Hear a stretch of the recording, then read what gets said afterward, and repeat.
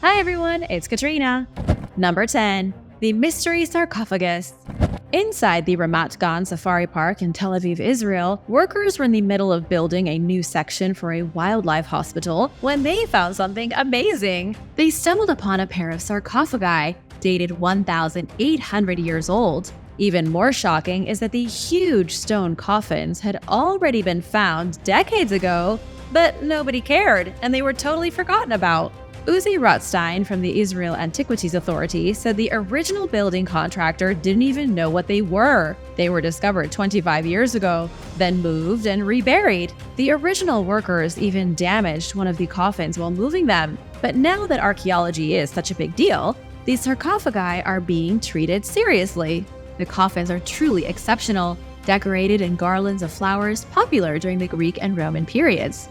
The place where they were found was once near the ancient Jewish city of Bnei Brak, yet they weren't from Jewish burials. They are Roman in style, likely used in the burials of high-status members of Roman society. Researchers did not immediately open the coffins, so they weren't sure if they contained bodies.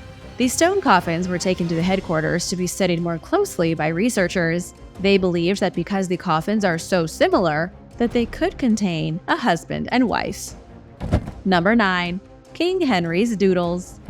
As King Henry VIII reached the end of his life in the middle of the 16th century, he began to contemplate his morality and the actions of his existence. In his personal prayer book, he left behind a series of bizarre doodles showing his contemplative mood. Henry, who was the King of England between 1509 and 1547, left the doodles in a copy of Psalms or prayers. They were recently discovered by chance thanks to Associate Professor Micheline White at Carleton University in Canada.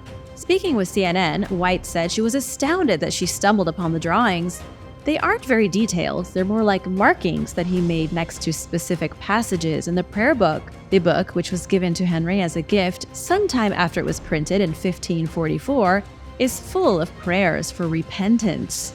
White said that when Henry was reading the book, certain things clearly stuck out to him, indicating the kind of mood he was in. She found a total of 14 doodles written in the margins of 4 psalms. The passages Henry seemed particularly interested in were the ones discussing God's punishment by making people sick or feeble. This would have been related to the king's own physical illness. White explained that the king may have thought God was punishing him for the choices he made while ruling his kingdom. As you may know already, King Henry VIII was responsible for separating England from the Roman Catholic Church just so he could ditch his wife and marry Anne Boleyn. The discovery of the doodles isn't a huge revelation, but it is an amazing bit of insight into the mind of an ailing king in his final years, perhaps regretful and remorseful that he plunged England into chaos so he could leave his wife for another woman. And now for number 8, but first, it's shout-out time! I want to give a big thank you to Johnny Zekris from Kentucky and Daniel Nishami. Thanks so much for supporting this channel. Be sure to subscribe if you haven't already for more videos about incredible archaeological discoveries. Number 8. Translating cuneiform. You can easily use Google Translate to speak with anyone in the world in their own language. The program uses simple codes to translate one language into another, and it works with hundreds of languages. Now, archaeologists have teamed up with computer scientists to create an AI program which can translate cuneiform texts. Researchers are hoping that when they finish, Google Translate will be able to translate the most archaic languages in the world into simple English. Cuneiform is believed to be the oldest writing system ever invented. It was created by scribes in Mesopotamia at the dawn of civilization about 5,000 years ago or more. It first started to be used in Sumer, in ancient Iraq, likely to keep track of bread rations. The system became popular, obviously, as there was no other written language around. It was used for 3,000 years across the Middle East until it was replaced with the first version of our modern alphabet. Archaeologists have thousands of cuneiform documents written in various languages, like those of the Sumerians and the Akkadians. Although they used the same script, they spoke slightly different languages and had different dialects. But all of those documents are a nightmare to decrypt, even for the experts. So, if they could use AI to scan clay tablets from 5,000 years ago and get an instant translation, that would be huge. We would learn so much about the ancient world that it would undoubtedly change history. That's where the AI comes in, currently being developed with help from researchers at Tel Aviv University. The artificial intelligence system is already close to being complete, but it could still be a while before it works flawlessly. The issue with cuneiform is that each glyph can have a whole heap of functions. A single pictograph can have over 17 phonetic values. Number 7. Bodies in Lake Mead. When the water levels of Lake Mead began to drop dramatically in 2022 and 2023, people started finding rather unsavory things in the dried-up lake. The most disturbing of all were the bodies. The first body was discovered on May 1st, then another on May 7th, just 6 days later. The third body was found on July 26th. All three remained unidentified, a bunch of John Does dumped in Lake Mead's waters decades ago. Then a fourth body was discovered at Swing Beach in Nevada. Since 1983, Lake Mead has dropped 170 feet. A World War II ship was even discovered in the shrinking waters. Former Las Vegas mayor Oscar Goodman speculated the bodies were victims of mafia hits from the 1970s. They were found only about a 30-minute drive from the Vegas Strip, a place that would have been a perfect dumping ground for murder victims during the age of the Vegas gangsters. Number 6. Ancient Marblehead. Construction workers in the Eternal City of Rome just unearthed a white marble head. The mayor of Rome, Roberto Gualtieri, revealed the discovery via social media. The marble head was found in the historic center during redevelopment work at the Mausoleum of Augustus and Piazza Augusto Imperatore. Archaeologists described the head as boasting elegant craftsmanship. It was sculpted from the purest Greek marble and likely sat on the shoulders of a female deity. The most likely suspect is Aphrodite, the Greek goddess of love. She was one of the most revered divinities in both classical Greece and the Roman Empire. The weird part is that her head was found inside the foundation of a wall. It was stuffed in there like a brick right underneath a block column.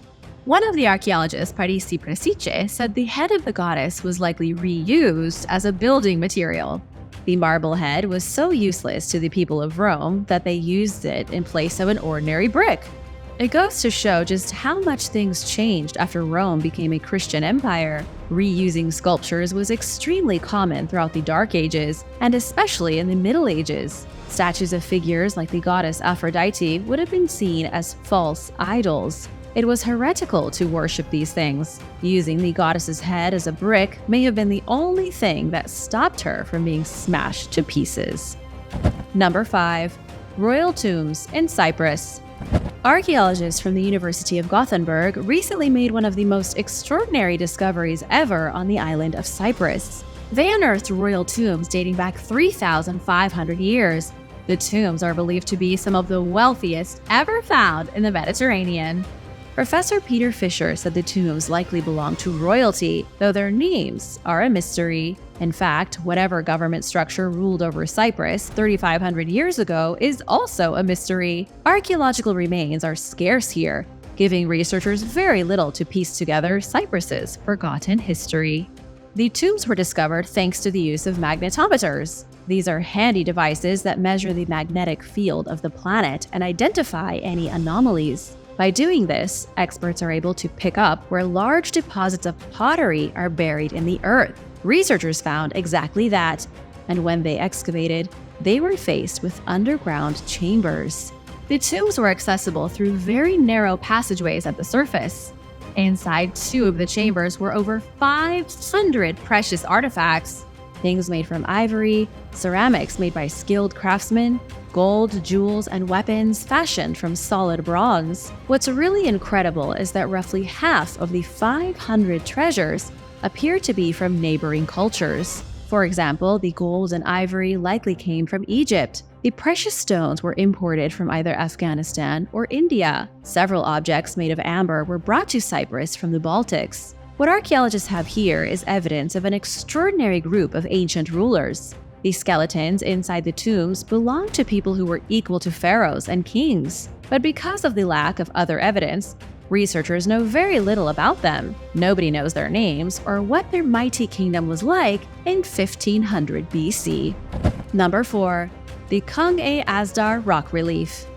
The Kung-e-Azdar rock relief, found in the harsh desert of Iran, is an ancient rock carving in an unusual place. Scientists believe the carvings date back to the Elamite period, which began around 2700 BC, when this whole region of Iran was controlled by the Elamite Empire. What makes the rock relief so strange is that it's completely alone. There are some ruins nearby, but the stone itself is solitary. It doesn't even look like it was once part of anything. It's just a shattered boulder with a random picture on it of a man on a horse, standing in front of 4 unusual beings. These beings are humanoid in appearance, but many have pointed out that they look somewhat extraterrestrial. Archaeologists think the relief shows the procession of a king. It looks as though the king is being crowned by the 4 unusual figures, but what it all means is still a mystery. Do you have any theories? Let me know in the comments below, and be sure to subscribe if you haven't already.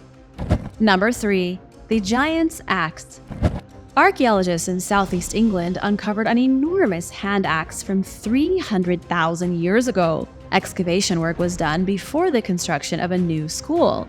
As is typical in England, researchers from the University College London identified a handful of tools used right around the same time human beings evolved. But out of all the tools they found, the enormous hand axe was by far the most impressive. The artifact is so big, it's difficult to handle the thing, even with both hands.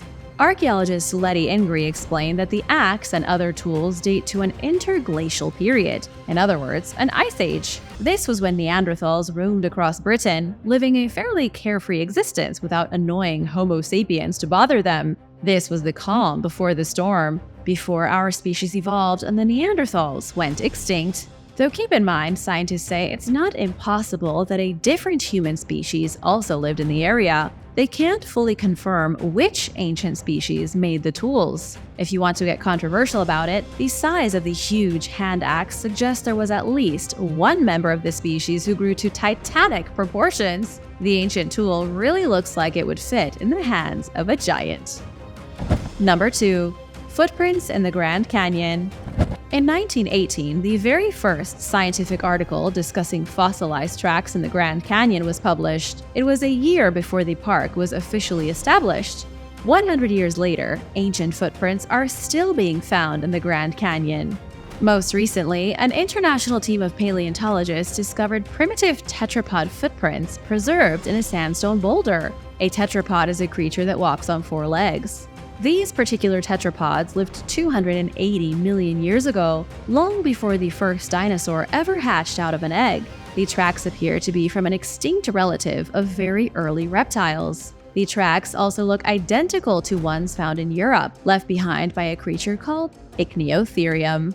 Ichneotherium is an oddity in the history of evolution. Scientists are baffled by these creatures, which possessed characteristics of both amphibians and reptiles. These were wacky animals that clearly spread across the world, seeing as their tracks have been found all over the place. They likely had short legs and a huge body, but all of this is based entirely on their fossilized footprints. The real intrigue is that scientists just don't know what was going on in the world that long ago. Were there intelligent monstrosities, part amphibian and part reptile, wandering through the Grand Canyon before the age of the dinosaurs? Number 1. The Cannon in the Garden. In Hertfordshire, England, an unsuspecting person purchased what looked like a fake cannon for $25 at a flea market. It looked like a small hand cannon, but not a legit one. The person took the cannon home and used it as decoration in their garden. Imagine their surprise when they learned the decoration was a real medieval artifact from 600 years ago. The cylindrical scrap of metal, bought for about the same amount of money as a large pizza, dates back to the 1400s. Its estimated value was between $2,500 and $3,750. It ended up being sold for over 100 times more than what the person paid for it at the flea market. The biggest question is, why was there a medieval cannon being sold at a random flea market? Nobody really knows. Soil residue inside the cannon suggests it was buried at some point. Someone must have pulled it out of the ground and thought it was a piece of whatever.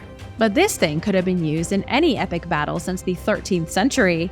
Hand cannons were an important part in the development of firearms. They were invented in China in the 1200s and made it to Europe about a century later. German knights figured out how to use gunpowder around 1330. Within 10 years, these early firearms had spread far and wide. The English were using them in the 15th century. Soon enough came the development of real guns. This piece of metal, which briefly lived life as a garden gnome, is an extraordinarily significant piece of firearm history. What would you do if you discovered a 600-year-old cannon in your garden? Let me know in the comments below. Thanks for watching! Be sure to subscribe if you haven't already and come back soon. Bye!